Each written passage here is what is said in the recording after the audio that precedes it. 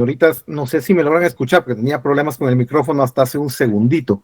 ¿Se me escucha bien? Sí, licenciado. Sí, Sí, maestro. Sí, ¿verdad? Ah, bueno, perfecto. Qué gusto estar nuevamente con ustedes. Quiero comenzar agradeciendo al maestro Sarabia la invitación que me hizo en su momento para poder unirme nuevamente al claustro de catedráticos de esta licenciatura en criminología.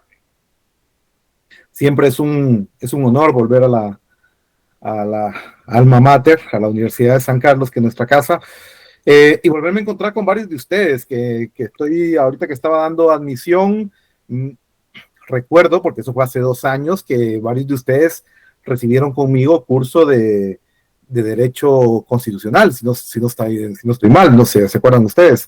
De hecho, les ruego disculpas por la demora en hacerlos ingresar y por iniciar la clase. La verdad que tenía 2 años exactos de no utilizar Sí, introducción al derecho. Sí, esa fue la clase que vimos con ustedes. No fue constitucional, fue introducción al derecho. Pero recuerdo que, bueno, tenía 2 años exactamente de no utilizar esta plataforma y ahora que me toca otra vez, tengo que volver sobre mis pasos a recordarme cómo se utiliza la plataforma y todo eso. Y bueno, ya otra vez me volveré a acostumbrar, ¿no? También no crean, después del año 2021 que di introducción al derecho aquí en la Facultad de Criminología, di un semestre más en línea en otras universidades, pero a partir de ahí, pues prácticamente las clases que he dado las he dado de manera presencial. Entonces, quiera que no, volver otra vez a este tema de la virtualidad no deja de ponerme nervioso. Primero porque tengo una computadora bastante antigua, entonces tarda más que un trámite en los tribunales. Número uno. Número dos, es muy lenta. En fin, entonces siempre me pongo nervioso de que la plataforma no me abra, de que la presentación pues no me abra. Me acaban de preguntar ahorita por la grabación de la clase. No recuerdo cómo se graba la clase. He estado tratando de averiguar dónde están los iconos para grabar la clase y estoy tratando de buscarlos, pero, eh, pero bueno, me sale una cosa aquí que ¿cómo se llama? Que no me permite, o sea, parecía que estoy dando los pasos indicados en un momento determinado para grabar la clase, pero después me sale que no es por ahí la cuestión. Me dicen que hay compañeros en la sala de espera. Voy a ver eso porque no me aparecen acá. Aquí los tengo ya. Vamos a ver, sí, ok, son 2 nada más. Ahí vamos. Estamos en clase. Eric Salvador, ¿me levantó la mano o fue un mal teclazo? ¿O quiere platicar algo antes de que comencemos? Eric Salvador Álvarez Rodríguez, tiene la mano levantada. No, no, peor que... Bien, permítame que todavía hay gente uniéndose a esta hora todavía a la clase y eso pues me obliga a distraerme un rato. Bueno, los que estuvieron conmigo en el 2021 en la clase de introducción al derecho, bienvenidos nuevamente. Es un gusto volver a estar con ustedes. Es un gusto volver a estar en la Universidad de San Carlos, que es mi casa, mi alma mater, y a la que siempre deseo volver. Este semestre me han encomendado dar el curso de Derecho Procesal Penal. Para los que no me conocen, mi nombre es Marco Antonio Villeda Sandoval, soy abogado egresado de la Universidad de San Carlos, tengo una maestría también en Derecho Penal de la Universidad de San Carlos. Soy juez de carrera, tengo 33 años, María Santísima, 33 años de trabajar en el organismo judicial. Tengo 26 años de ser juez, he sido juez de paz penal, he sido juez de primera instancia penal, he sido presidente de un tribunal de sentencia, he sido magistrado de apelaciones de la sala de mayor riesgo de lo penal y actualmente pues soy juez de extinción de dominio de hace algunos años. Y bueno, 33 años se dice nada, pero bueno, pasan que es un suspiro, la verdad. Entonces, la verdad es que doy clases también en otras universidades y el curso que doy es precisamente no tanto introducción al derecho, que era lo que di en un principio en la Facultad de Criminología, sino que mi curso real, el curso que yo imparto en la mayoría de facultades de derecho, es el curso de Derecho Penal y de Procesal Penal. Así que estoy en mi salsa, como quien dice, ¿no? Como camarón en tinta. Les ruego, por favor, que cuando tengan alguna duda me levanten la mano, intervengan. Entenderán que son 152 alumnos en este periodo de clases. No voy a contestar todas las preguntas porque me es imposible por el tiempo, pero toda discusión, todo aporte, toda duda aporta a la clase, ¿no? Me interesa escucharlos, me interesa saber qué piensan, me interesa saber qué dudas tienen, así que no tengan pena. Entiendo que no son abogados y por lo tanto esto del proceso penal muchas veces les es desconocido. Voy a tratar de alguna manera de profundizar y de enseñarles bien todas las etapas del proceso penal para que tengan una idea clara de cómo funciona el sistema judicial penal guatemalteco. También les cuento lo siguiente para contarles a la vez una anécdota. Doy clases de Derecho Procesal Penal en la Facultad de Criminología de la Universidad Rafael Andívar. Y recuerdo que cuando me contrataron para dar el curso, el director o el decano de la Facultad de Criminología de la Universidad Rafael Andívar me dio la siguiente recomendación. Me dijo, licenciado Villeda, ahí se recuerda que son alumnos de criminología, no son alumnos de derecho. Ellos van para criminólogos, no van para abogados. Por lo tanto, me dijo el doctor Martí Guilló, por favor, no vaya usted a concentrarse o no vaya a profundizar mucho en temas relacionados con jurisprudencia, criterios jurisprudenciales de la Corte de Constitucionalidad, etcétera, etcétera, porque se acuerda de que ellos son criminólogos y no van para abogados. Por lo tanto, en otras palabras, lo que me quiso decir es, imparte el curso de una manera bastante superficial, sin adentrar y sin entrar en esos detalles que se entran cuando uno imparte este mismo curso a los estudiantes que van para abogados, ¿no? Pero, sin embargo, me cuesta un poco desligarme de esa forma en la cual yo doy clases a los estudiantes de Derecho, y entonces si en algún momento ustedes me ven profundizar mucho en un tema y se me olvida que ustedes son criminólogos y que no van para abogados, pues sepan disculparme y en todo caso tal vez llamarme al orden, ¿no? Pero igual, voy a tratar de que a ustedes les quede claro cómo funciona el sistema procesal penal guatemalteco, porque ustedes como criminólogos en muchos sentidos se van a ver en varias ocasiones metidos en todo este sistema y tienen que tener claro cómo funciona el sistema penal, o sea, el sistema procesal penal guatemalteco. ¿Saben? Tienen que saber exactamente quiénes son las partes que accionan y que de alguna manera participan dentro del proceso penal, cuáles son las etapas del mismo, cómo se desarrollan, y todas estas situaciones, ¿no? Es importante, porque normalmente ustedes pues van a ser auxiliares de la administración de justicia y como tal pues tienen que tener claro cuáles son las etapas del proceso penal y cómo funciona este en general, ¿no? Entonces por ahí vamos a empezar. Les voy a pedir por favor que siempre tengan a la mano Código Procesal Penal y Constitución Política de la República. Nos va a servir siempre en todas las clases. Mi curso en la segunda hora comienza a las 7:30 de la noche y termina a las 9 de la noche. Hay dos secciones. Yo doy en la A y en la B, pero me estaba explicando el coordinador que solo es para efectos administrativos. De igual manera, ustedes pueden recibir la clase de 5:30 a 7, o si no, de 7:30 a 9. Hay más alumnos en esta clase, en la segunda hora, que en la primera, aunque en la primera había bastantes, no vayan a creer ustedes, ¿no? Había bastantes, había como 130 y pico, y aquí hay 154. Por lo tanto, esta es la hora donde más gente recibe el curso.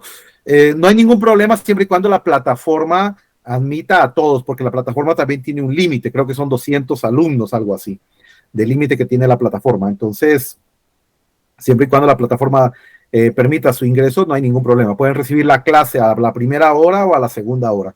El tema de las secciones solo son cuestiones eminentemente administrativas. Em, a ver, bueno, todavía no voy a empezar a compartir pantalla. Eh, Vamos a comenzar diciendo que, eh, sí, Código Procesal Penal, Andrea Gabriela, y la Constitución de Política de la República, esas dos normas, obligatoriamente todos los lunes. Vamos a empezar diciendo que eh, el proceso penal guatemalteco está dividido en tres grandes etapas. Eh, Está la etapa preparatoria, la etapa intermedia y la etapa de juicio. No copien eso, solo escuchen. Eh, el derecho penal, mis queridos jóvenes, está dividido en dos áreas: el derecho penal sustantivo y el derecho penal procesal. El derecho penal sustantivo es lo que le da, como dicen, le da sustancia al derecho penal, y es el que contiene todas aquellas normas que determinan qué conductas están permitidas dentro de la sociedad y qué conductas están prohibidas, qué conductas constituyen actos delictivos. El derecho penal sustantivo está compuesto principalmente por el Código Penal y por las leyes penales especiales. ¿Cuáles son las leyes penales especiales? Aquellas que no son, o sea, no están dentro del Código Penal. Ay, me preguntan como 1000 veces, no voy a grabar la clase. No voy a grabar la clase, no sé cómo grabarla, no me acuerdo cómo se graba, y ahí voy a averiguar esta semana cómo se graba y ya el lunes siguiente grabo. Gracias por el recordatorio, pero hoy no voy a grabar la clase, ya no me acuerdo cómo se graba. De hecho, he estado haciendo mis pinitos ahí para ver cómo se graba, pero no. Mejor voy a hablar mañana con el técnico y que él me explique exactamente. De igual manera, no sé cómo se pasa lista, pero ya se me olvidó cómo se pasa lista. Voy a tratar de intentar recordar cómo se pasa lista porque, pues, voy a ver. Pero les decía, el derecho penal está dividido en dos áreas, ¿no? Derecho penal sustantivo, que lo componen aquellas normas que de alguna manera regulan la conducta de los ciudadanos y que determinan cuáles son aquellas conductas que son constitutivas de actos delictivos. Lo conforman el Código Penal y todas aquellas leyes especiales que, si bien no están dentro del Código Penal, forman parte del derecho penal sustantivo porque también determinan ciertas conductas que la ley considera que son de alguna manera delictivas, como por ejemplo la ley contra la delincuencia organizada, la ley contra el contrabando aduanero, la ley contra el lavado de dinero, la ley contra la narcoactividad, la ley contra el femicidio y otras formas de violencia contra la mujer, la ley de armas y municiones. Todas estas leyes penales especiales también tienen en su contenido tipificados algunos delitos, algunas conductas que la ley considera que están prohibidas, pero no forman parte del Código Penal. Entonces, tanto el Código Penal como estas leyes penales especiales conforman lo que se denomina derecho penal sustantivo, es lo que le da sustancia al derecho penal. Y por el otro lado está el derecho penal adjetivo o derecho procesal penal, que es el conjunto de normas que están de alguna manera reguladas en el Código Procesal Penal y en algunas leyes especiales también, como la ley contra la delincuencia organizada, que tiene algunos artículos que hablan de algunas cuestiones procesales en específico, y que de alguna manera regulan al proceso penal y regulan las etapas a través de las cuales el sistema de justicia determina si una persona es o no responsable de la comisión de un hecho delictivo. ¿Por qué la justicia tiene varias etapas, o el proceso penal consta de varias etapas, y es hasta cierto punto muy lento, ¿no? Nos quejamos siempre de eso, de que la justicia es muy lenta. La justicia es lenta, jóvenes, y debe serlo, porque la idea de que el proceso penal tenga varias etapas tiene por objeto minimizar el error judicial. Tratar de que los jueces de alguna manera puedan llegar a una conclusión de certeza jurídica con la mayor convicción posible, con el mayor convencimiento posible y tratando, como les repito, de llevar al mínimo, de minimizar lo más que se pueda el error judicial, porque los jueces somos humanos. Y como humanos estamos sujetos o estamos sometidos al error. Somos susceptibles a cometer errores, ¿no? La Corte Suprema de Justicia de Israel en 1993 emitió una sentencia donde dijo la perfección no es atributo de ningún juez humano. O sea, los jueces terrenales, los jueces humanos, no estamos obligados a ser perfectos. Tratamos en la medida de lo posible de que nuestros fallos se dicten sin errores o minimizando lo más que se pueda el error judicial, pero no estamos libres de cometer errores, ¿no? Uno de los mayores, digamos, temores de los jueces es condenar a una persona inocente.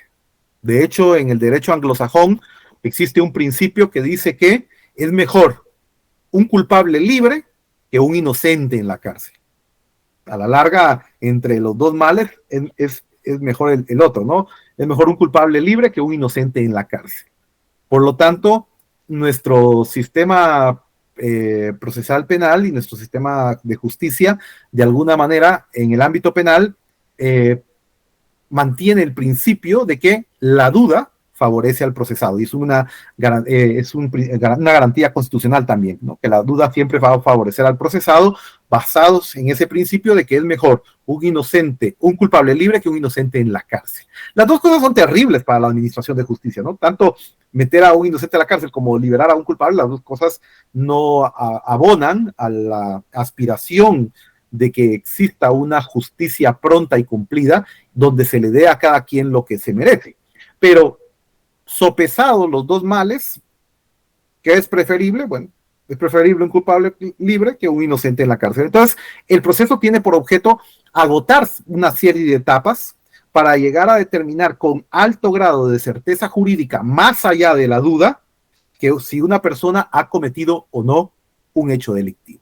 Y son esas etapas las que vamos a estudiar, vamos a analizar de alguna forma cómo se desarrolla el proceso penal en su conjunto, analizando cada etapa procesal desde su individualidad. El proceso penal, como toda invención humana, mis queridos jóvenes, también hay que decirlo, no es un proceso perfecto, o sea, no es algo perfecto. Siempre se cometen errores en el transcurso del proceso y para eso también existen ciertos remedios procesales para, de alguna forma, superar ese error, para resolver ese error y para que el proceso de alguna forma se desarrolle conforme lo que establece la norma, pero también respetando todas aquellas garantías y aquellos derechos a los que tiene, aquellas garantías y respetando los derechos, se me va la palabra, que es necesario observar para cumplir con el principio del debido proceso, en términos generales. Voy a tratar de compartir pantalla. Denme un segundito porque esto está lento. Aquí va.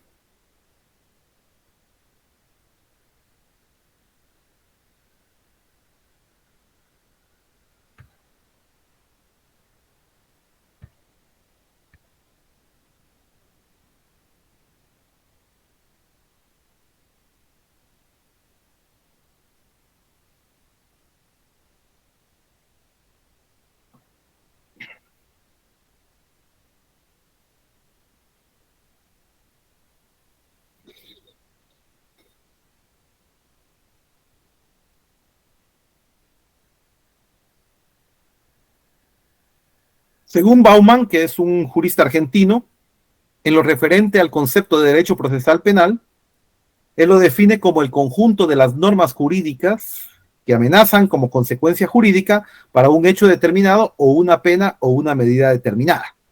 Esta explicación es un poco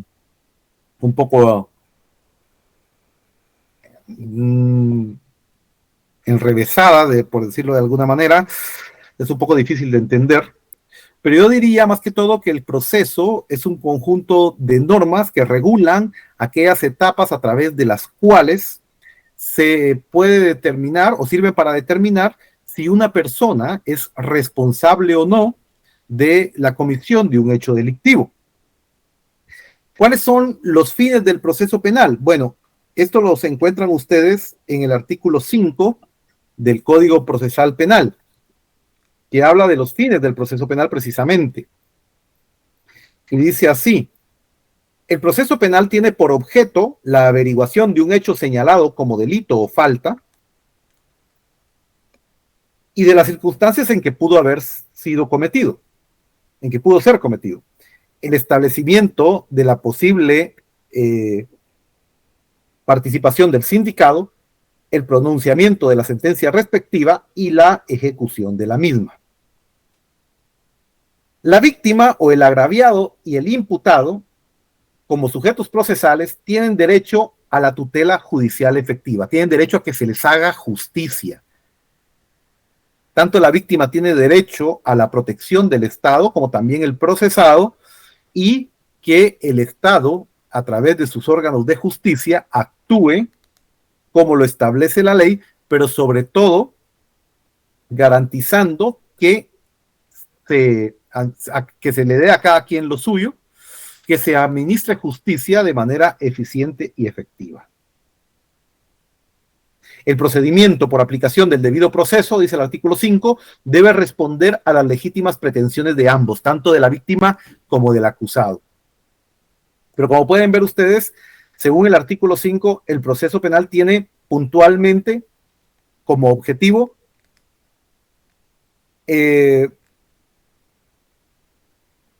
cinco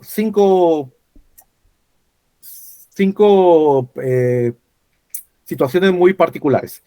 La averiguación de un hecho señalado como delito o falta, la averiguación de la verdad, de qué fue lo que pasó, las circunstancias en que este delito o este hecho pudo haber sido cometido, el establecimiento de la participación del sindicado, el pronunciamiento de la sentencia, ya sea que ésta sea condenatoria o absolutoria, y la ejecución de la sentencia, porque esto es importante también, ¿no? Las sentencias se deben de ejecutar, porque ¿de qué serviría una sentencia que simplemente se dicte y no se ejecute?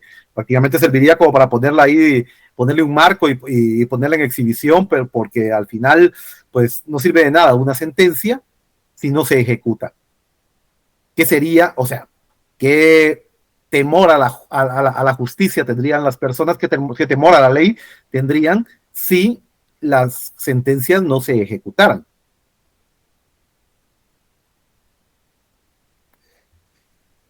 Entonces, también uno de los objetivos del proceso penal es la ejecución de la sentencia, no solo el dictar la sentencia, el pronunciamiento de la sentencia, sino que la ejecución de la sentencia también, sobre todo cuando esta es de carácter condenatorio. Pero yo me animaría a decir algo más. Uno de los objetivos del proceso penal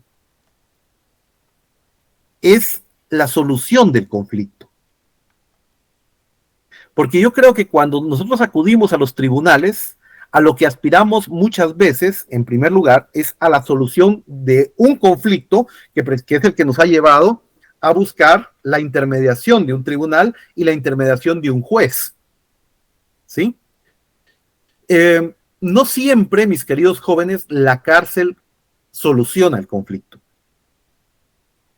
No siempre la cárcel soluciona conflicto. Muchas veces la cárcel agrava el conflicto.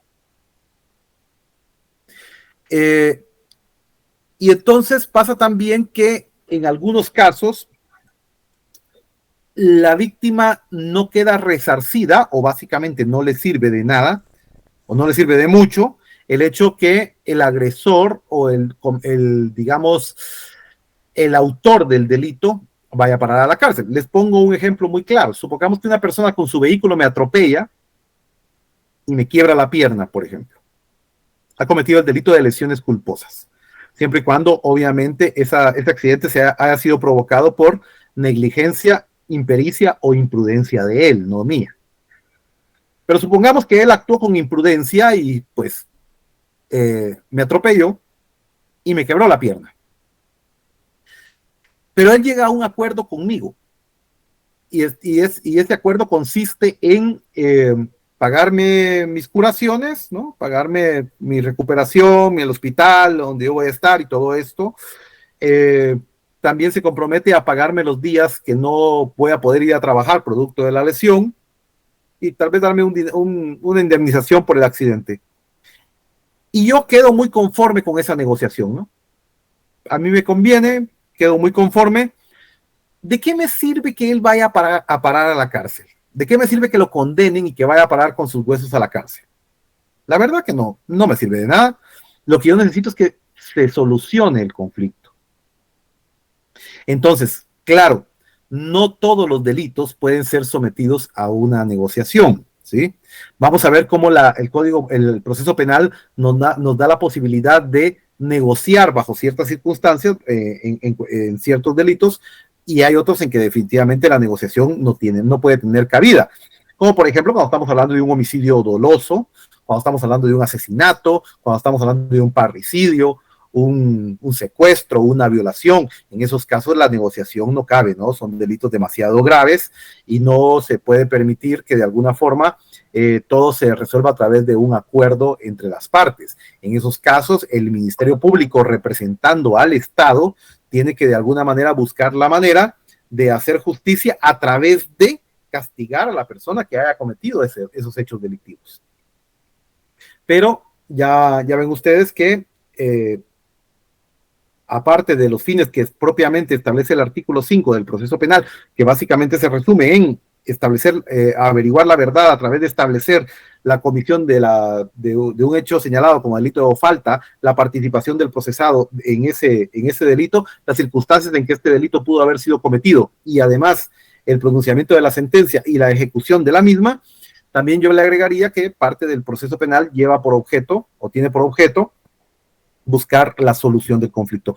De hecho, actualmente, conforme a este Código Procesal Penal, existen en la Corte Suprema de Justicia autorizados varios centros de mediación donde ustedes, si no quieren ir a un juicio, pueden buscar estos centros de mediación donde hay unos psicólogos que tratan de hacer que las partes lleguen a acuerdos, ¿no? Para evitarse un juicio.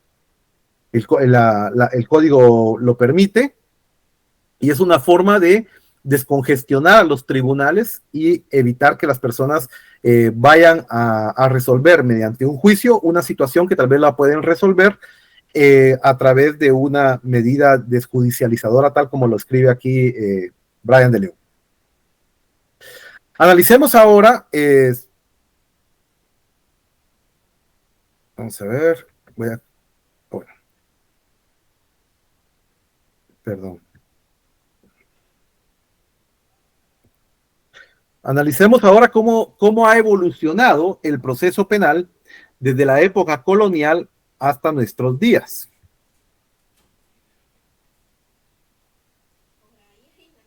Durante el periodo de la colonia española, Guatemala adoptó el sistema legal español, que incluía el derecho penal basado en el Código Penal de Castilla de 1822. A ver, jóvenes, los españoles, cuando colonizaron estos países, a su vez, impusieron su sistema legal y pues echaron de alguna manera, introdujeron a estas tierras el procedimiento a través del cual ellos juzgaban los hechos delictivos y determinaban la responsabilidad penal de los ciudadanos españoles que pues vivían en la península ibérica. ¿Cuál era el sistema procesal penal que utilizaban los españoles? Pues era el sistema procesal, era el sistema inquisitivo, que ellos a su vez le habían copiado a la Iglesia Católica, que utilizaba ese sistema para juzgar a aquellas personas que habían sido acusadas de herejía o de faltas contra la Iglesia.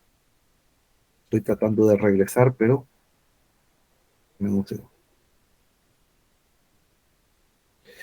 Pues les decía, los españoles tenían como método de juzgamiento el sistema inquisitivo, que a su vez ellos le habían copiado a la iglesia, y que a su vez este era el método que utilizaba la iglesia para juzgar a aquellas personas acusadas de herejía. ¿Se acuerdan ustedes que la iglesia católica durante el tiempo de la Inquisición tuvo mucha influencia, sobre todo en España?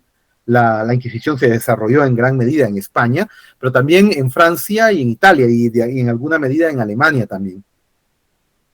Entonces, este sistema inquisitivo fue el que adoptaron los españoles para juzgar sus delitos, y fueron los que exportaron los españoles a las colonias americanas cuando estas fueron colonizadas, e impusieron como método para el procesamiento de aquellos individuos que estaban acusados de la comisión de hechos delictivos. ¿Cuáles eran las características de este sistema inquisitivo? Bueno, era un sistema que era, en principio, eminentemente secreto. Solo las partes tenían acceso al expediente. Fuera de las partes, nadie podía tener acceso al expediente. Era un proceso eminentemente secreto. Y secreto para los extraños, me refiero, ¿no? No para las partes. Número 2, era un proceso eminentemente escrito. Ahí no habían audiencias, como las han visto ustedes en la televisión o actualmente aquí en Guatemala. Ahí no habían audiencias. Todo se planteaba de manera escrita, todas las solicitudes se hacían de manera escrita y se resolvían de manera escrita. De hecho, yo les comentaba a los alumnos del periodo anterior y yo trabajé con el antiguo sistema inquisitivo, y cuando me gradué entró en vigencia el actual sistema acusatorio. O sea, yo trabajé con los dos sistemas y por eso es que los conozco también. Y déjenme decirles algo, cuando yo trabajaba con el antiguo sistema inquisitivo, yo era oficial de un juzgado, entonces yo recibía todas las solicitudes de los abogados que venían por escrito, entraba con el juez, donde estaba el juez en su oficina, a que él me dijera cómo tenía que resolver cada una de las solicitudes que planteaban los abogados. El juez más o menos me iba diciendo que en qué sentido resolver cada una de estas solicitudes. Yo regresaba con mi máquina, hacía las resoluciones, se las llevaba al juez para que las firmara, y luego se las mandábamos a los abogados a sus oficinas para ser notificados de la decisión que había tomado el tribunal. Por lo tanto, no habían audiencias, era un sistema escrito eminentemente. De hecho, nadie conocía al juez, nadie se comunicaba con el juez. El juez estaba metido en una oficina allá al fondo donde nadie lo podía ver, y para entrar a hablar con el juez, María Santísima, primero había que pedirle permiso al oficial, luego al secretario, y después pedirle permiso al juez para entrar a hablar con él. De hecho, hay un documental que se llama Presunto culpable, de un muchacho que juzgaron en México y lo condenaron en México, porque México mantuvo el sistema inquisitivo hasta el año 2017. Hasta el año 2017 los mexicanos adoptaron el sistema acusatorio que nosotros tenemos desde el año 1900, implementado desde el año 1994, pero nuestra norma fue decretada, fue emitida en el año 1992. De hecho, si ustedes se dan cuenta y lo analizan, nosotros mantuvimos el sistema inquisitivo desde la colonia hasta el año 1994. Durante todo ese tiempo mantuvimos esa forma de juzgamiento que era el sistema inquisitivo. En 1994 entró ya en vigencia el Código Procesal Penal, que si ustedes se dan cuenta es el decreto 51-92, porque se emitió en el año 1992, pero tuvo una vacatio legis de 4 años, entró en vigencia 4 años después, 4 años después, en 1996 entró en vigencia. Entonces, durante todo este tiempo, desde la colonia, tuvimos implementado el sistema inquisitivo, salvo en 1872 por ahí, que fue el gobierno del doctor Mariano Gálvez. El doctor Mariano Gálvez era una persona muy culta, muy visionaria, muy educada, y durante su gobierno implementó el sistema procesal penal acusatorio, inspirado en los códigos de Livingston, que eran los códigos vigentes en Nueva Orleans, que regulaban el sistema procesal norteamericano precisamente en el estado de Luisiana. El doctor Mariano Gálvez adoptó esos códigos y los implementó en Guatemala e hizo una reforma procesal penal la fecha exacta no la recuerdo ahorita, pero fue por ahí, por el año 1872, entre 1872 y 1877 aproximadamente, e incluso tuvimos juicios orales hasta con jurados. Fue una reforma absoluta, ¿no? Cambió completamente el sistema procesal penal. Sin embargo, cuando le dieron golpe de Estado al doctor Mariano Gálvez, bueno, las nuevas autoridades derogaron esos códigos de Livingston que habían sido implementados en Guatemala y retornaron a implementar, regresamos a implementar el sistema inquisitivo que ya venía desde la colonia y mantuvimos el sistema inquisitivo hasta 1996, que entró en vigencia este Código Procesal Penal actual, e hicimos la reforma procesal penal pasando de un sistema inquisitivo a un sistema con características de acusatorio. Pero les decía, una de las características del sistema inquisitivo era que era un proceso eminentemente secreto, nadie fuera de las partes tenían acceso al expediente, por lo tanto no había una fiscalización ciudadana, ¿no? No había una fiscalización social, la gente no sabía qué estaba pasando dentro del proceso. Eso, claro, provocaba o permitía que el proceso fuera manipulado de muchas formas, ¿no? Permitía que el proceso fuera manipulado de muchas formas. Número dos, era un proceso eminentemente escrito. No habían audiencias orales. Todo era por escrito. Número tres, no había un ministerio público que investigara. El juez investigaba y juzgaba al mismo tiempo. Los jueces eran los que investigaban antes, no había ministerio público. El ministerio público era una oficinita que prácticamente se encargaba de velar porque todo el procedimiento se hubiese llevado de conformidad con la ley. Era un veedor, era un controlador de la legalidad, nada más, pero no investigaba. De hecho, el ministerio público estaba unido con la Procuraduría General de la Nación. Por lo tanto, el fiscal general era al mismo tiempo procurador general de la Nación. Luego, cuando entró en vigencia este código, ya se le dio al Ministerio Público capacidades de investigación y se volvió ese monstruo que conocemos ahora, ese ente enorme que se encarga de la investigación y de la persecución penal. Pero antes no. Antes, cuando teníamos implementado el sistema inquisitivo, quien investigaba era el juez. Ya se pueden imaginar ustedes qué imparcialidad podía existir en el juez al momento de dictar sentencia cuando él mismo había investigado, ¿no?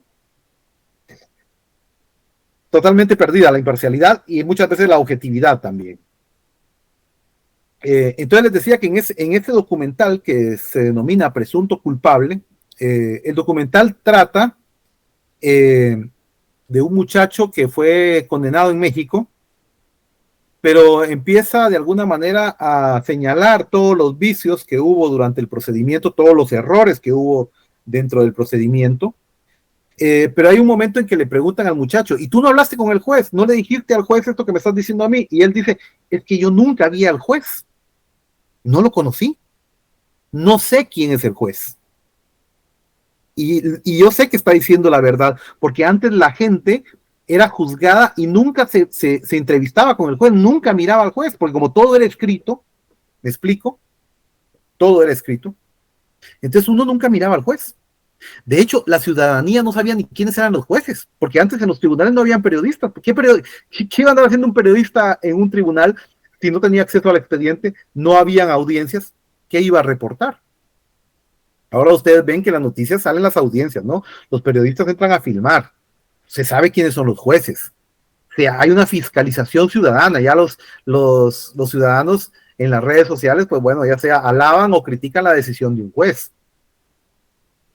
Pero es porque la oralidad permite esa transparencia, la publicidad permite esa transparencia y permite que haya una fiscalización social, permite que los ciudadanos puedan fiscalizar la actuación de los fiscales, jueces, abogados, etcétera, etcétera, ¿no? Antes eso no existía. Entonces, ya les cuento, el juez investigaba y al mismo tiempo juzgaba. Otro problema era el tema de la defensa, del derecho a la defensa. ¿Por qué? Porque esto estaba disminuido cuando no había una diferencia entre aquel que podía pagar un abogado y aquel que no podía pagar un abogado. Porque aquellas personas que estaban siendo procesadas y tenían el dinero para pagar a un abogado, pues lo hacían, ¿no? Pero ¿qué pasaba con aquellos que no tenían dinero para pagar un abogado? Pues bueno, estos eran defendidos por un estudiante de derecho, imagínense ustedes. De hecho, nosotros para graduarnos teníamos que haber defendido a 5 personas siendo estudiantes, íbamos al bufete popular a que nos asignaran procesos o casos, hacíamos la defensa de estas personas, lo mejor que podíamos, por supuesto, ¿no? Con los conocimientos que teníamos, eh, pero claro, nos faltaba la experiencia, no estábamos graduados, y yo sí en ese tiempo el Instituto de la Defensa Pública Penal no existía. Las personas que no tenían dinero para un abogado tenían que conformarse con que los defendiera un estudiante de derecho. Y eso sí era una desigualdad en cuanto al derecho de defensa que está garantizado en la Constitución. Porque ya les cuento, mientras los que tenían plata o posibilidades de pagar un abogado lo hacían, los pobres que no tenían dinero para pagar un abogado tenían que conformarse con la defensa que les pudiera hacer o proporcionar un estudiante de derecho. Yo soy consciente de que, si bien es cierto, como estudiante tenía ciertos conocimientos, no tenía la experiencia ni todo el bagaje jurídico que tuve a partir de que me gradué y empecé a ejercer el derecho, ¿no? Es que la práctica y todo esto es lo que da, de alguna manera, mejora los conocimientos del abogado y les permite hacer una defensa mucho más efectiva. Entonces, fíjense cómo era la situación. Ya les digo, o sea, uno, para poderse graduar, tenía que haber llevado 5 casos, haber defendido a 5 personas, ¿no? Uno iba al bufete, ahí le asignaban a uno los casos y uno empezaba a hacer la defensa de estas personas. Y ya luego, cuando uno había terminado sus casos, le daban su solvencia a uno y eso le permitía a uno someterse al examen técnico profesional para poderse graduar. Entonces, teníamos ese problema también, ¿no? De que el derecho de defensa no se cumplía a cabalidad, tal cual lo exige la Constitución Política de la República. Bueno, teníamos otro tema también, que no había una presunción de inocencia, sino que había una presunción de culpabilidad. ¿Por qué? Porque antes, cuando ustedes eran sospechosos de la comisión de un hecho delictivo y se les estaba investigando sobre si habían cometido el hecho delictivo o no, lo primero era enviarlos a ustedes a la cárcel.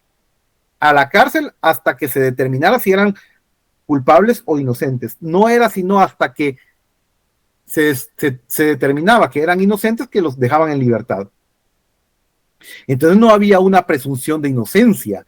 Ahí lo que había con el antiguo sistema inquisitivo era una presunción de culpabilidad. Ustedes eran culpables hasta que se demostrara en la investigación que no habían cometido el hecho delictivo. De hecho, yo me recuerdo que en aquellos tiempos, en mi adolescencia, cuando me salía de fiesta, mi mamá siempre me advertía, ¿no?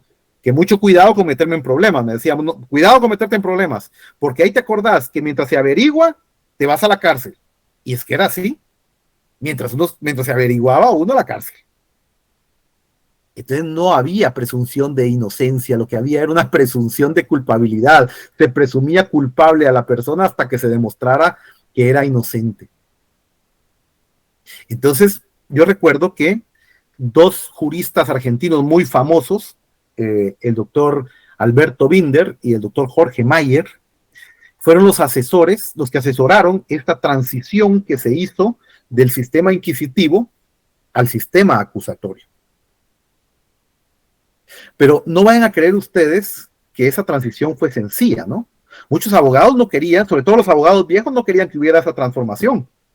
Los abogados viejos estaban muy cómodos con el sistema inquisitivo. Ni modo, lo dominaban súper bien, ya les sabían todas las triquiñuelas, todas las mañas que hay que saberle al procedimiento para salirse con la suya, ¿no? Entonces los abogados viejos eran los que más se oponían al sistema, a esta transformación, a que se implementara este Código Procesal Penal y que nos trasladáramos de un sistema inquisitivo a un sistema acusatorio. Y también los profesores nos decían que este nuevo sistema iba a ser un desastre, que mejor siguiéramos con el sistema inquisitivo, que el sistema inquisitivo funcionaba bien, que para qué íbamos a trasladarnos a este nuevo sistema procesal, que no habían salas de audiencias donde llevar a cabo las audiencias, etcétera, etcétera. Los profesores también pues, hacían su parte, ¿no? Claro, eran abogados de la vieja guardia que no les convenía que entrara este nuevo Código Procesal Penal porque tenían que estudiar, porque era un proceso completamente nuevo. Y algunos abogados también no eran tan duchos con la palabra, ¿no? Porque este sistema sí exige eso, ¿no? Que el abogado tenga elocuencia. Que el abogado tuviera elocuencia. ¿De quién fue la idea del cambio? Bueno, ya era una necesidad, la verdad. El otro sistema era anacrónico, el otro sistema ya no funcionaba. Yo no digo que ahora estemos bien, pero no quisiera pensar cómo estuviéramos actualmente si estuviéramos con el antiguo sistema procesal penal. Esto sería el caos absoluto, realmente. Y entonces uno de los grandes promotores en aquella época fue el Colegio de Abogados, cuando el Colegio de Abogados realmente tenía una influencia fuerte en la sociedad y se hacía escuchar. Y luego también se embarcó la Corte Suprema de Justicia en este cambio. Entonces, estos dos asesores argentinos, expertos argentinos, que de alguna manera apoyaron en esta transición que hicimos del sistema inquisitivo al sistema acusatorio, pues llegaron un día a la sede central de la Universidad de San Carlos, al IGLU, a dar una conferencia y a explicar cómo era que iba a funcionar este sistema, ¿no?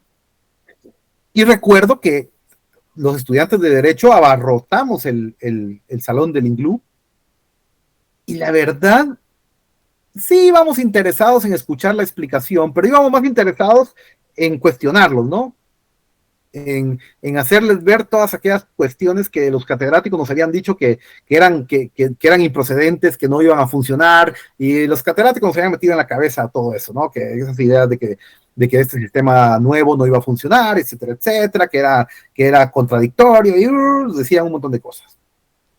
Y llegamos con ese afán, ¿no?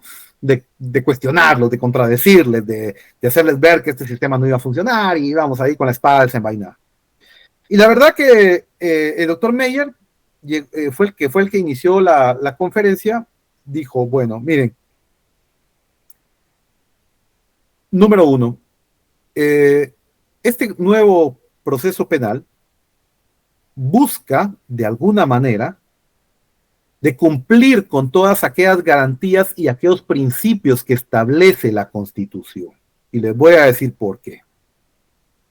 Número uno, ustedes actualmente no tienen una presunción de inocencia, ustedes tienen una presunción de culpabilidad.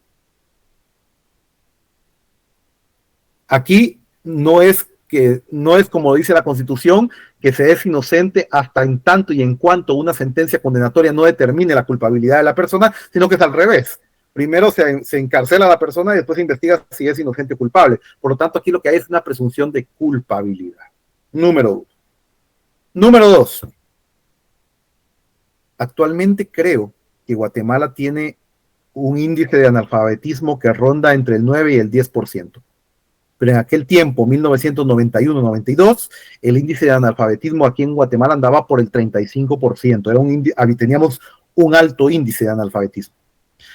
Entonces dijo el número dos, no puede ser más contradictorio que en un país con altos índices de analfabetismo, con una gran cantidad de población que no sabe leer y escribir, el sistema procesal guatemalteco sea escrito. ¿Cómo va a ser eso? ¿Cómo va a ser posible que en un país con altos índices de analfabetismo, y otros no es que sean analfabetas, que el idioma español no es su idioma materno? Entonces no es cuestión de que no saben leer y escribir, simplemente no entienden el idioma español. Entonces, ¿cómo va a ser posible que conjugada estas dos situaciones, el sistema procesal penal de Guatemala sea escrito?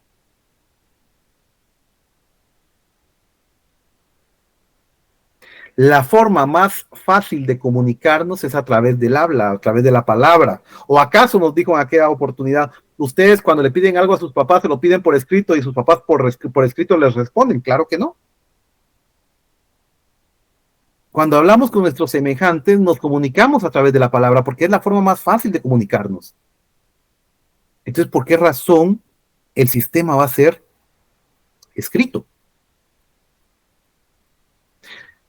Otra cuestión, dijo él.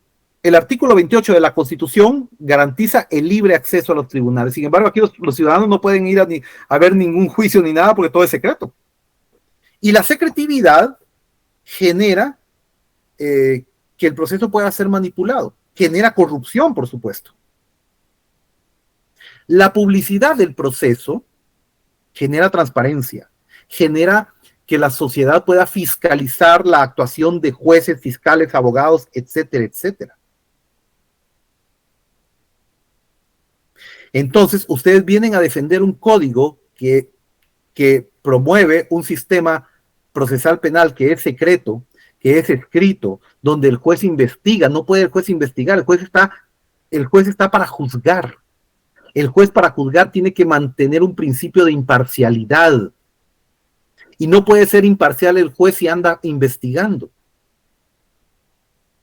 El juez no tiene que tener funciones de investigación. El juez se tiene que limitar a juzgar conforme la evidencia que le lleve el ente investigador, que en este caso es el Ministerio Público, y las explicaciones que dé la parte que esté siendo procesada, ¿no? Entonces, después de que nos dio toda esa explicación, que nosotros dijimos, uy, este hombre tiene razón. Dijo, ¿hay alguna duda, alguna pregunta? Cero. No teníamos nada que decir. El hombre tenía razón. Teníamos un sistema escrito en un país con alto índice de analfabetismo. ¿Quién sabía qué hacían los jueces si todo era secreto?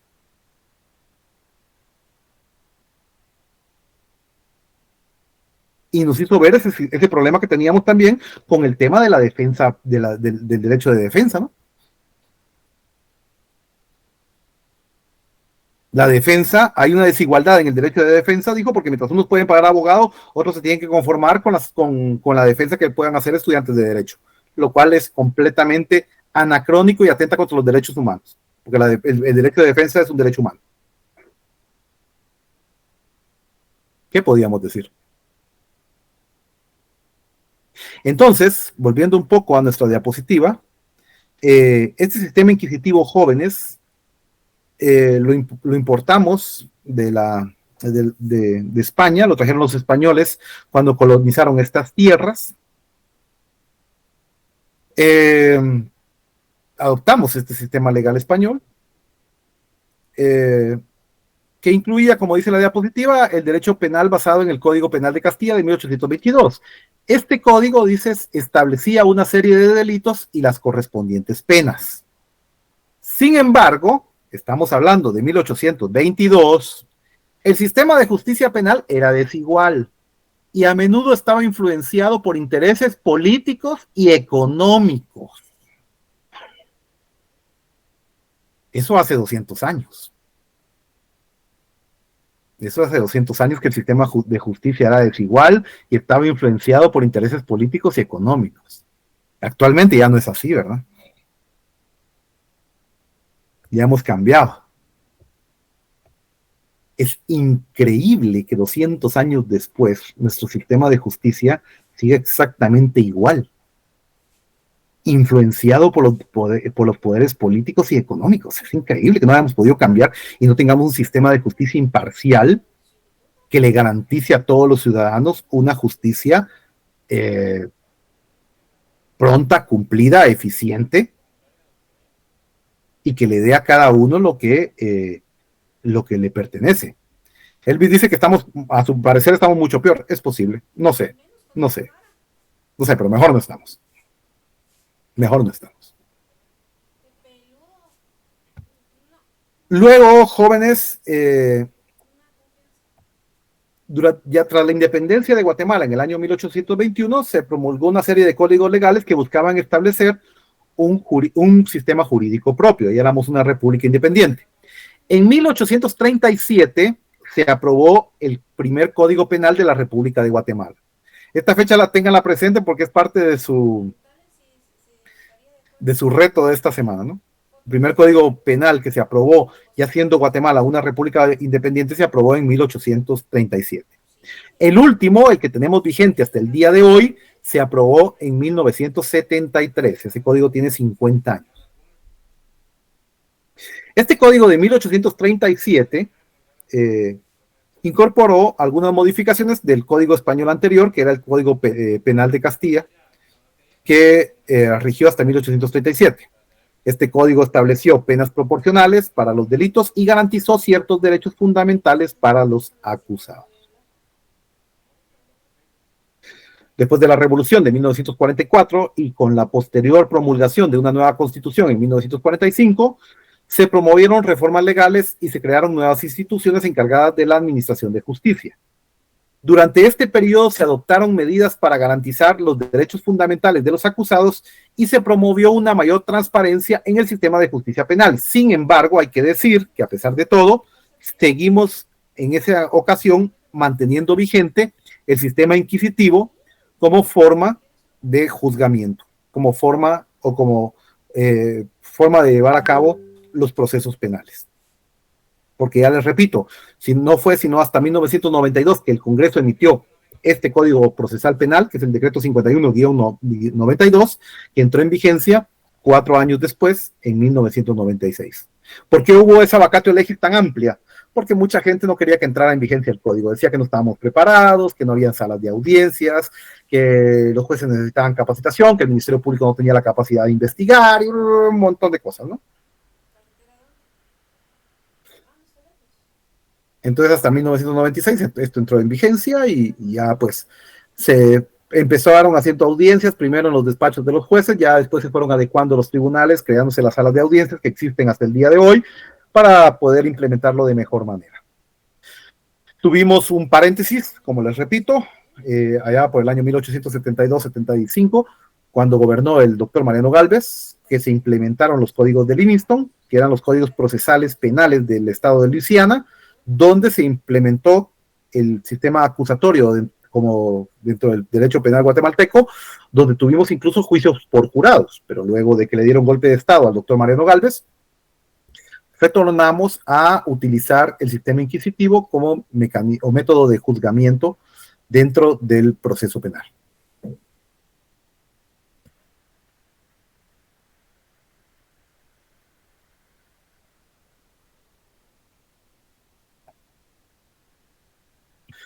Durante el conflicto armado interno que tuvo lugar en Guatemala entre 1960 y 1996, tal vez algunos les han contado o alguno lo vivió o se dio cuenta o se acuerda que se cometieron muchas violaciones a los derechos humanos.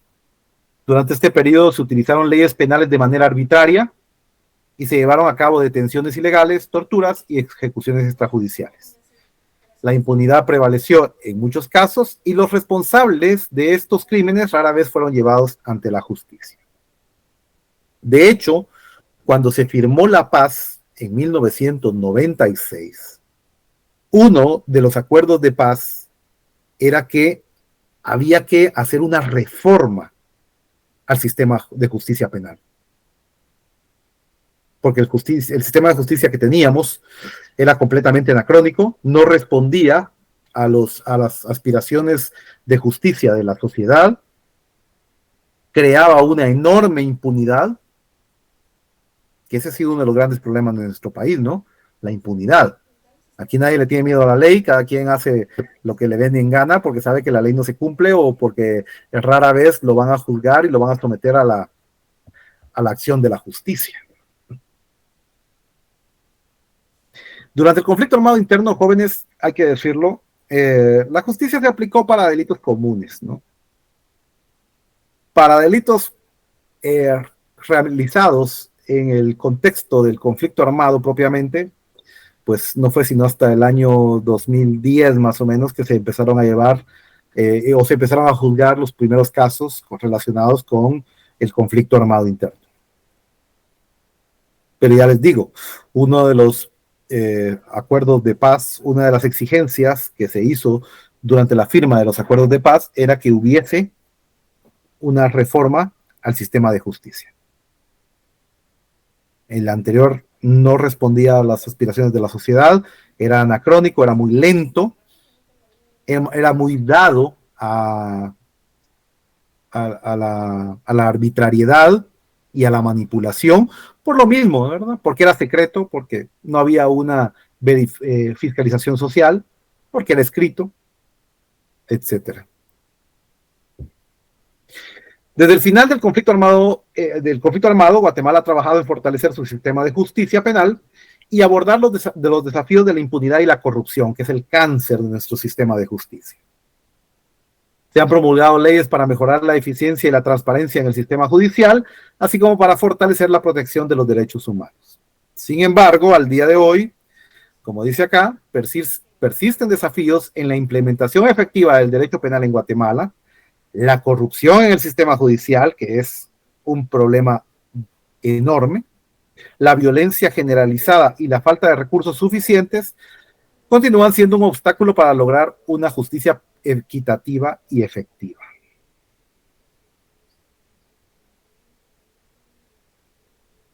Como dice el doctor de Matavela en su tesis doctoral, la República de Guatemala experimentó uno de los acontecimientos más importantes en la historia jurídica, esto derivado que cambió la forma de administrar justicia, abandonando para ello el modelo inquisitivo y adoptando el sistema acusatorio.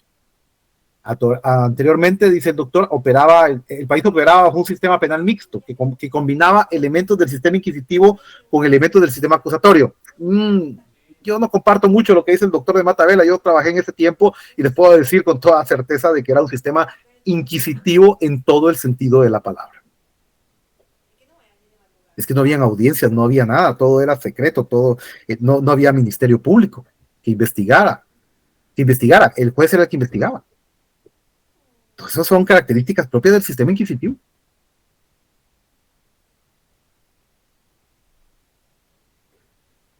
Lick, disculpe una pregunta. Entonces había una necesidad de cambiar esto, ¿no? De realizar una reforma penal que nos llevara a un modelo de sistema acusatorio donde, en principio, las audiencias fueran públicas. ¿Para qué? Para que las personas, la ciudadanía pudiera fiscalizar la actuación de tanto de los jueces como de los abogados como de los fiscales, que pudiera haber una auditoría social con relación a la administración de justicia. Catherine, tiene la palabra. Buenas noches, licenciado, mucho gusto. Quería preguntarle, Catherine, no en el caso... ¿me escucha ahí, licenciado? Disculpe. Estará activado su micrófono, que no lo escucho. Sí, Buenas noches. Yo creo que Lick no nos escucha. Uy, no escucho a nadie, ¿seré yo? Vamos a ver. Yo también quise interrumpir y no.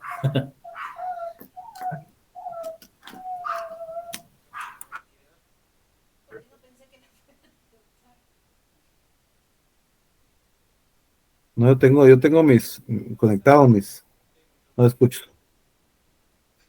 Pero mi micrófono está conectado, no sé qué pasa acá, pero voy a tratar de contestar las preguntas que me mandan acá. Fabi Galvez dice, ¿el juez en qué momento emitía su juicio? ¿En qué momento dictaba sentencia? Bueno, al finalizar la investigación, ¿no? Al finalizar el proceso, emitía su sentencia. Ah, ustedes le escuchan, entonces el que está mal soy yo. Pueden ser mis bocinas, pero no sé, ustedes ven en la pantalla que tengo compartida, dice que tengo la bocina al 100.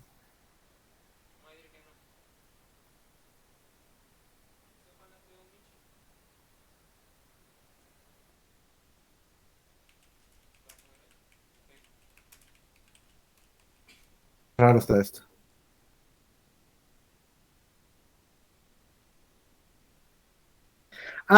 Aquí Catherine me preguntaba, en el sistema inquisitivo, cuando el juez realizaba la investigación, ¿a través de quiénes realizaba esta investigación? Bueno, nosotros que éramos los oficiales del juzgado, aparte, fíjense ustedes, qué difícil, aparte de llevar el trámite del proceso, aparte de resolver todas las solicitudes que hacían los abogados, también nos tocaba la tarea de investigar.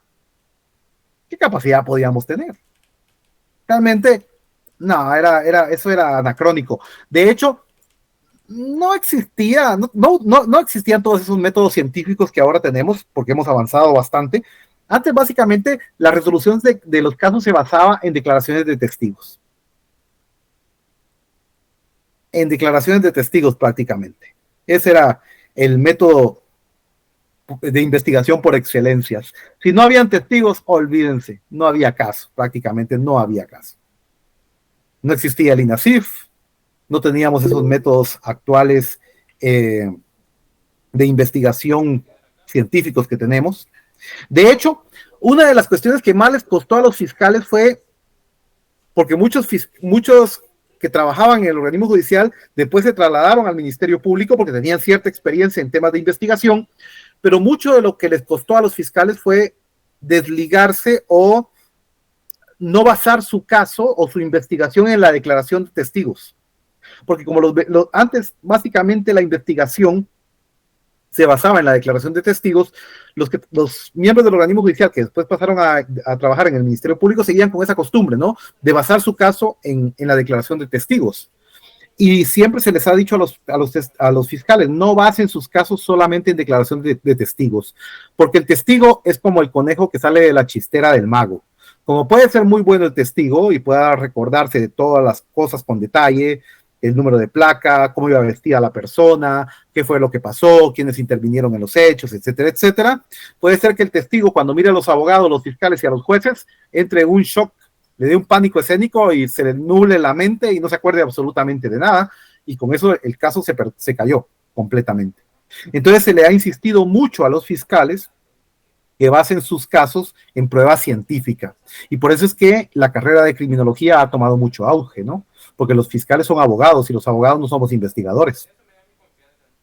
Entonces nos tenemos que apoyar de expertos como ustedes, que son doctos en esta materia. O en varias materias. Porque los fiscales y los jueces no somos investigadores, no somos criminólogos. Sabemos de derecho, sabemos cómo presentar una prueba ante un tribunal, sabemos valorar una prueba, pero hacer una investigación, no.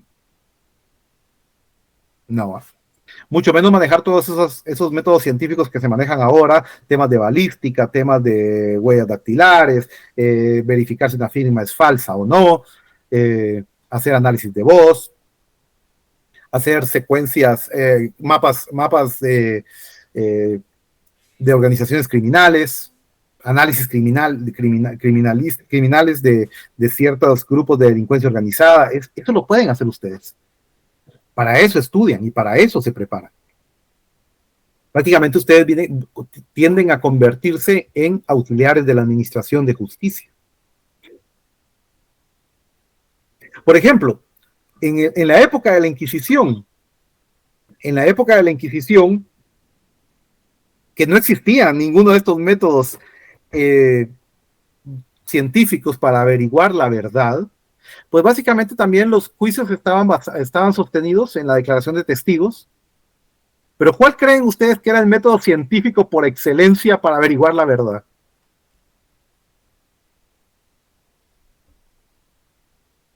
¿Cuál creerían ustedes que eran aquellos en la Edad Media? Sí, pero la ordalía, pero sí, la tortura, obviamente, la tortura, ¿no? Sacarle la verdad a golpes a aquel que era sospechoso de la comisión de un hecho delictivo. Porque no había otra forma de averiguar. No había forma de averiguar más allá de la declaración de ciertos testigos.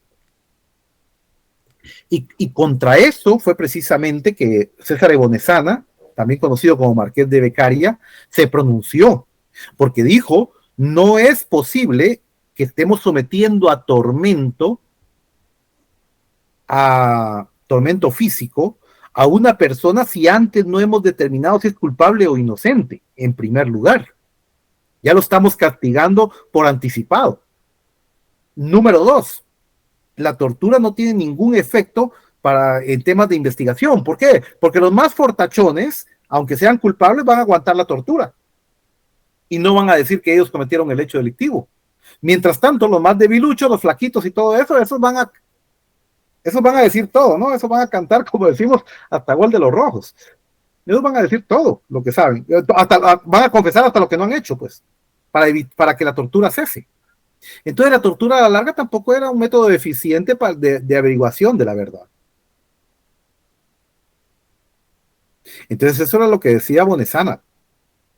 Teníamos primero que investigar a las personas, o establecer si la persona es inocente o culpable, y luego, bueno, si la sanción es el tormento físico, pues bueno, aplicarle la sanción, que tampoco es aconsejable, decía Bonesana.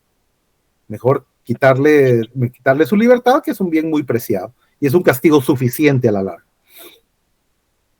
Pero antes, durante la Edad Media y en tiempos de la Inquisición, la tortura era el método científico por excelencia para averiguar la verdad. No se logra nada con eso, decía Beccaria o César de Bonesana. La tortura la aguantan los fortachones, que aunque sean culpables no confiesan, y solamente condena a los debiluchos que terminan confesando con el objeto de que cese la tortura, que cese el tormento. Ahora, actualmente, bueno, tenemos esto ha avanzado mucho, la ciencia ha avanzado mucho y la ciencia aplicada al derecho también ha avanzado mucho, que permite de alguna forma, sin utilizar torturas, sin necesitar que la persona confiese su delito, poder determinar si esta persona cometió o no un hecho delictivo con un alto grado de certeza jurídica, que es lo que buscamos, ¿no? Buscamos establecer, sin más allá de la duda, una persona ha podido cometer el hecho delictivo. Porque si nosotros tenemos dudas, lo mejor es absolver. De hecho, la Constitución dice que la duda favorece al procesado. Es un principio constitucional. Una vez estuve en una conferencia que dio el presidente de la Corte Suprema de Puerto Rico. Y yo le pregunté, ¿cómo sé yo que estoy más allá de la duda? Y yo pensé que me iba a dar una explicación jurídica y profunda. Y me dijo, Marco Antonio, usted está más allá de la duda cuando puede condenar e irse a dormir tranquilo a su casa. Si usted condena en la tarde y en la noche está durmiendo tranquilo, usted está más allá de la duda. Ahora, si en la noche usted está que no puede dormir porque está con duda de si esta persona cometió el hecho delictivo o no, no, usted no ha pasado el umbral de la duda y por lo tanto lo que usted debió haber hecho era absolver, basado en el principio que es mejor un culpable libre que un inocente en la cárcel.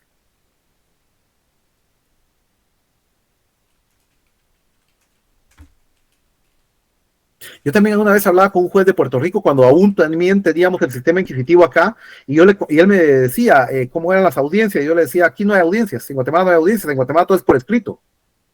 Las declaraciones son por escrito, las toma un oficial, se las lleva al juez, el juez las lee y a partir de ahí emite un fallo. Y él me decía, pero ¿cómo puede el juez resolver si no está viendo al testigo? Si no aprecia si el testigo está nervioso, si se está contradiciendo, si está temeroso. Todas esas cosas intangibles, todas esas cosas que de alguna manera inconsciente el testigo proyecta para determinar o hacerse uno a la idea si el testigo está mintiendo o no. Entonces, yo le decía, bueno, pero en nuestro sistema no hay audiencias. Y él decía, pues yo no puedo concebir resolver sin tener a la vista el testigo y poder apreciar con base, como dice Carlos Guevara aquí, con base en su lenguaje corporal, si está diciendo la verdad o no. Esas pequeñas cosas que son intangibles, ¿no?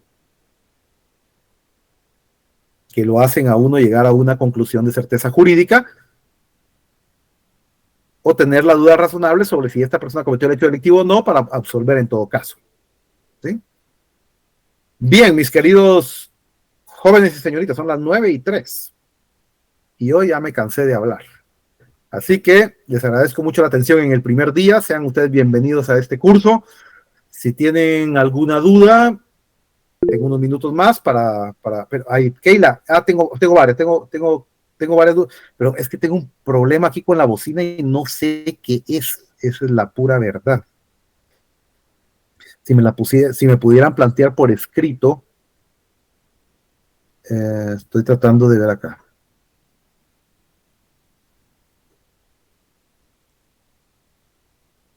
Si me pudieran mandar sus dudas por escrito.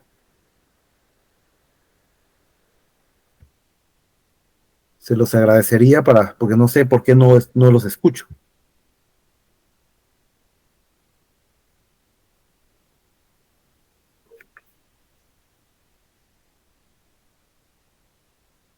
Aquí me preguntan que no es del tema.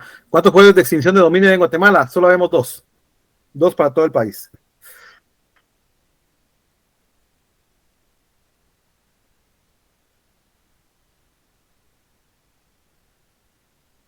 Osbeli Gómez me pregunta si el sistema penal acusatorio en la actualidad es objeto de vicios. Sí, hay muchos vicios todavía que no se han superado. ¿Sí? Que ya vamos a hablar en el transcurso de este semestre cuáles son esos vicios, cuáles son esos errores que muchas veces se cometen, cuál es esa tergiversación que existe de la ley en algunos casos, o cuáles son esas formas inadecuadas de aplicar el procedimiento penal a ciertos casos en concreto.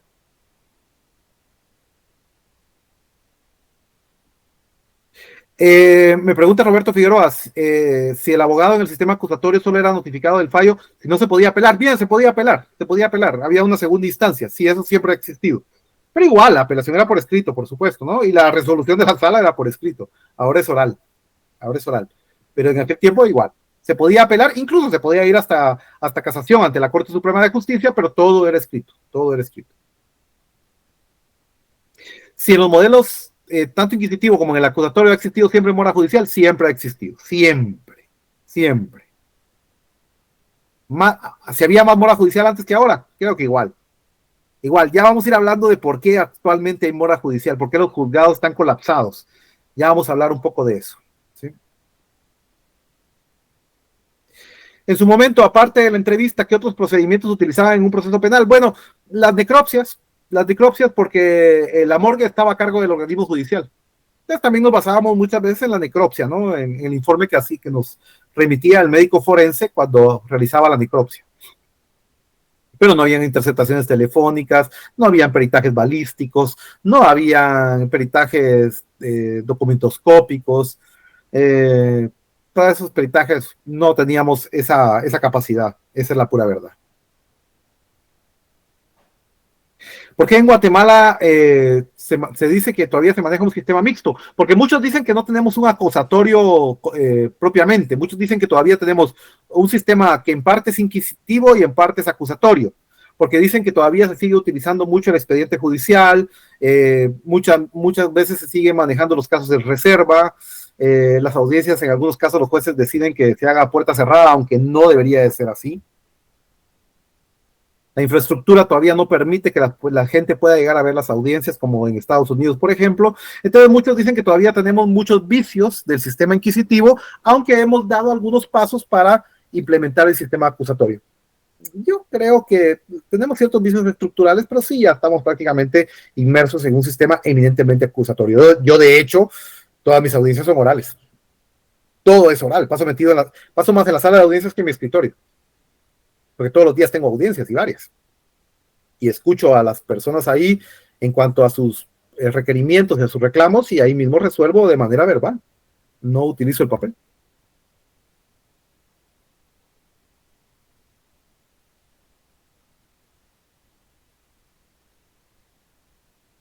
Me preguntan aquí en qué correo podríamos proporcionar una duda, pero bueno. Pero dudas de la clase, por favor, porque no resuelvo dudas personales. No, si no, olvídense. No termino. Me puede mandar al correo institucional, Marco Antonio Villeda Sandoval, @profesor USAC, algo así. Ya les digo.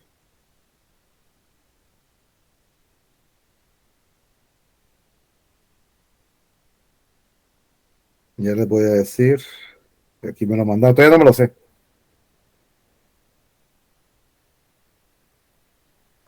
Mi correo es marcoantoniovilleda@profesorusac.edu.gt. Te lo voy a escribir acá.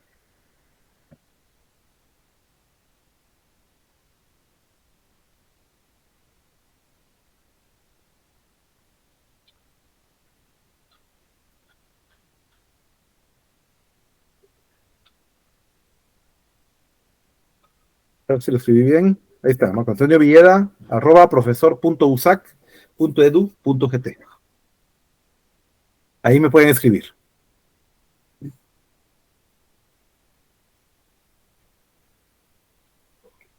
Si me pregunta Álvaro Ceballos, las audiencias son grabadas en la actualidad, siendo que pueden ser medios como minutos del proceso que se lleva en el juicio hasta el fin del mismo. Sí, actualmente tenemos un sistema bastante sofisticado donde se graban todas las audiencias y eso se sube a una nube, ¿sí? De hecho, cuando un proceso, en el tiempo que yo fui magistrado de apelaciones y llegaba a un proceso en apelación, yo tenía en mi computadora un sistema donde me metía a la audiencia donde estaban reclamando algún vicio y escuchaba toda la audiencia, escuchaba la resolución del juez y todo. Tenemos un sistema bastante sofisticado, hay que decirlo, de grabación de audiencias. Las audiencias, todo queda grabado, esto se sube a una nube y ahí tenemos acceso, claro, los jueces y los magistrados, ¿no? No todo el mundo, pero sí los jueces y magistrados para resolver cualquier cuestión. Esto se dio porque antes lo que teníamos eran taquígrafas que transcribían todo lo que decían los abogados. Pero después, cuando hacíamos el acta, los abogados no querían firmar y le decían a la taquígrafa que ella le había puesto cosas que él no había dicho o que no había puesto cosas que él se había dicho. Era la de no acabar. Entonces pusimos 2 taquígrafas porque dijimos, tal vez lo que se le pasa a una lo capta a la otra. El problema fue el mismo. Siempre los abogados decían que no firmaban el acta porque en el acta estaban poniendo cosas que ellos no habían dicho y luego que habían dicho una cosa que no estaba en el acta. Era un lío total. Entonces ahora con este sistema de grabación ya no hay esos problemas, ¿no? Al abogado luego de la audiencia se le da un CD con la audiencia o se le pide un USB para grabarle la audiencia y se la lleve. Ahí no hay tales de que yo no dije nada, yo no dije esa cosa, que sí lo dije. Todo, absolutamente todo, queda grabado.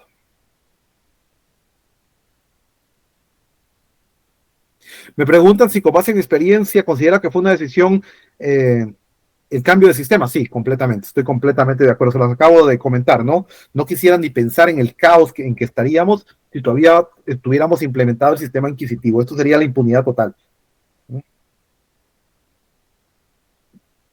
Brenis, si algún día puede haber una audiencia mía, sí, tendría que llegar al 13 nivel de la torre de tribunales y que haya audiencia, ¿no? Que haya audiencia abierta, porque hay veces que son unas audiencias que son a puerta cerrada. Aunque lo mío, decir, no es penal, actualmente es extinción de dominio, que no es un proceso penal. Extinción de dominio no es una ley penal, es un proceso completamente independiente y nuevo. Es otra norma con un procedimiento propio, instituciones propias, principios propios, etcétera. No, muchos creen que extinción de dominio es una ley penal y no lo es, o es una especie de proceso penal especial y no lo es. Bueno, mis queridos chicos y chicas, les agradezco mucho la atención. Perdón por los problemas técnicos que tuvimos hoy con el tema del sonido. Voy a tratar de cambiar de computadora porque la mía ya está algo viejita y tal vez el problema es la mía. Entonces voy a ver ya en esta semana, ponerme ducho con la tecnología para ver cómo se graba la clase, cómo se pasa lista, etcétera, etcétera. Y Dios mediante, nos vemos de hoy en 8. Pasen feliz noche, que Dios me los bendiga. Feliz noche. También. Feliz noche. Y es un gusto volver a compartir con ustedes. Nos seguiremos viendo, gracias. Faltó la música, bueno. ¿Quién la pone? Yo no soy el que la pongo. Feliz noche, Feliz noche a todos. Feliz noche, maestro.